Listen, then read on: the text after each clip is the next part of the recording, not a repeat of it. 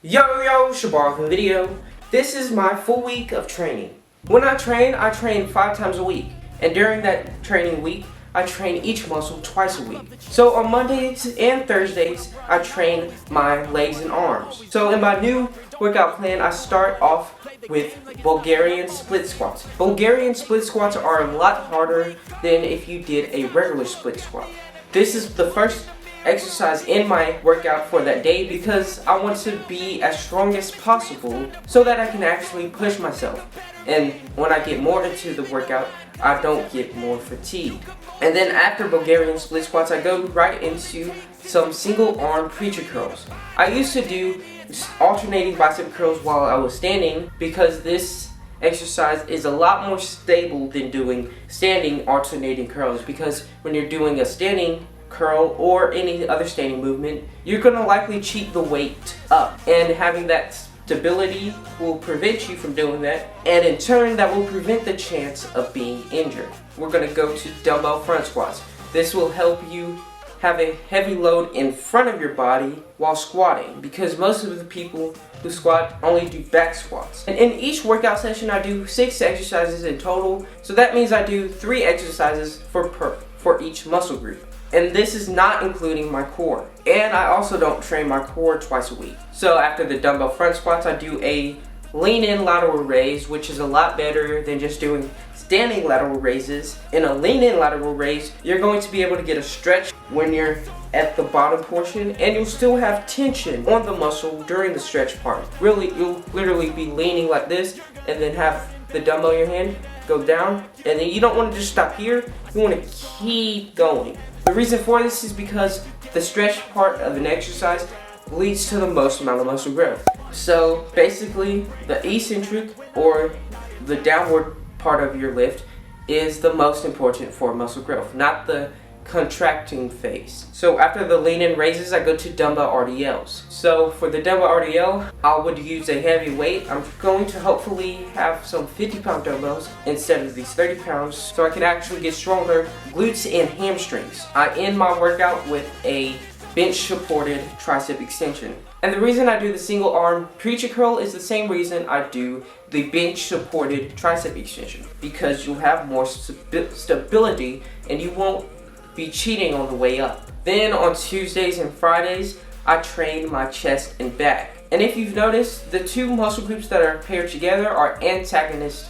muscles. So antagonist training, if you don't know what that is, it is basically just doing the opposing muscles. So for example, like if you're doing any chest movement that's pressing, you would not pair chest and arms because your triceps will be hammered during the pressing movements, because your triceps' main role is to push. So for that workout, I start off with incline bench press. I've heard people talk about studies that show where incline bench targets your upper chest and all other parts of your chest compared to the flat bench press. So that's why I do that instead of a flat bench press. When you grow your upper chest, it will make your chest look a whole lot bigger. Following that exercise is the single arm dumbbell row. And when I'm doing the single arm dumbbell row, I don't just go straight up. If you notice what I'm doing in the video, you notice that it's like I'm putting my arm behind my back, but if my arm was straight and I'm just bending my arm. Because when people usually row, they'll just row like this.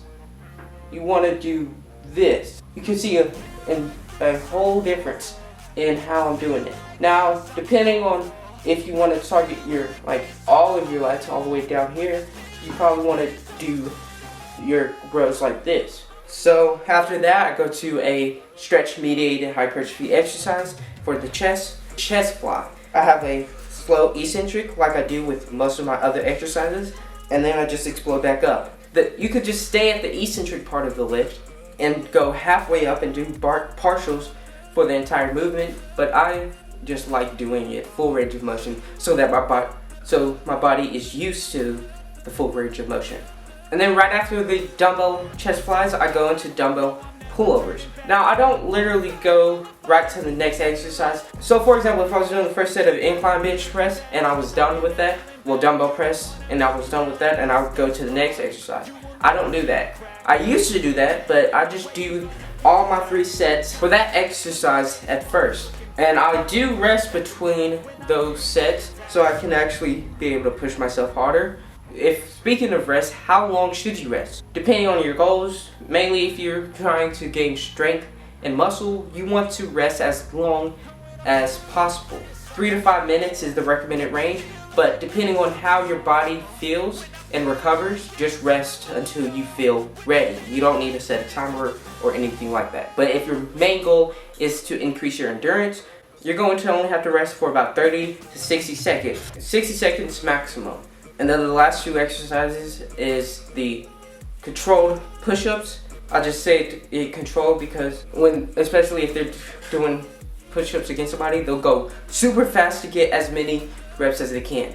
Honestly, I would do that too, and I probably have. But when you're actually training and you're trying to build some muscle, you want to have a slow eccentric and explode all the way back up. Slow and then explode all the way back up. And your eccentric should be at least 3 seconds long. And I'll do 3 sets. Well, I don't have a set amount of sets that I'm going to do yet, but I will just be going to failure for each, well, close to failure for each exercise. And then after the controlled push-ups, I'll go into my last exercise, which is the chest supported shrug. So if you were on a machine, the machine called the chest supported row, I don't know if it's really a machine. I think it's a machine, but it's basically like that, but I have a bench. The bench will be at a slight incline, but not very high from the flat bench. But I'll just go up and just shrug. And remember to keep your arm straight as possible. And then on Wednesdays, I train my core. At least that's what I have in my workout program. I usually don't train my core, but I really need to, so I need to start training my core. I might actually make a video where I train my core for 30 days. If you made it this far into the video, type in train your core for 30 days. And don't leave any context whatsoever in the comments. But for that core day, I'll do 2 exercises. I might add another exercise soon, but I don't know yet. But the first exercise is the leg raise, and then I go to weighted toe touches. So that's my entire full week of training. I hope you guys enjoyed it, and you guys might like this video too, wherever it is on the screen. See ya.